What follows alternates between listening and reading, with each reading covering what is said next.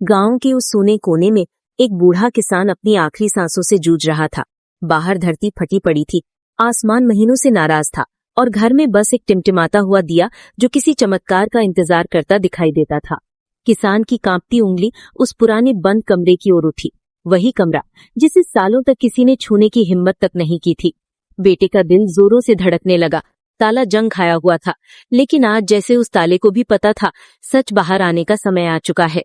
एक तेज चर्र की आवाज के साथ दरवाजा खुला और उसी पल जैसे आसमान भी फट पड़ा।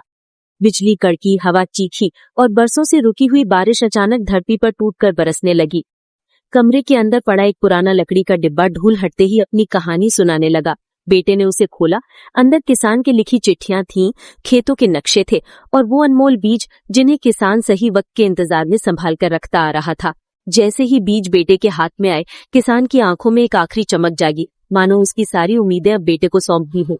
अगले ही दिन परिवार ने पहली बारिश की मिट्टी में वही बीज बो दिए और फिर जो सालों तक नहीं हुआ था वो होने लगा। धरती में जान लौट आई, कोंपलें फूटने लगी और खेत हरे समंदर की तरह लहराने लगे। बूढ़ा किसान दरवाजे पर बैठा कांपते होठों से मुस्कुराया, क्योंकि आज उसने अपने जीते जी अपनी मेहनत का जन्म दोबारा देख लिया था।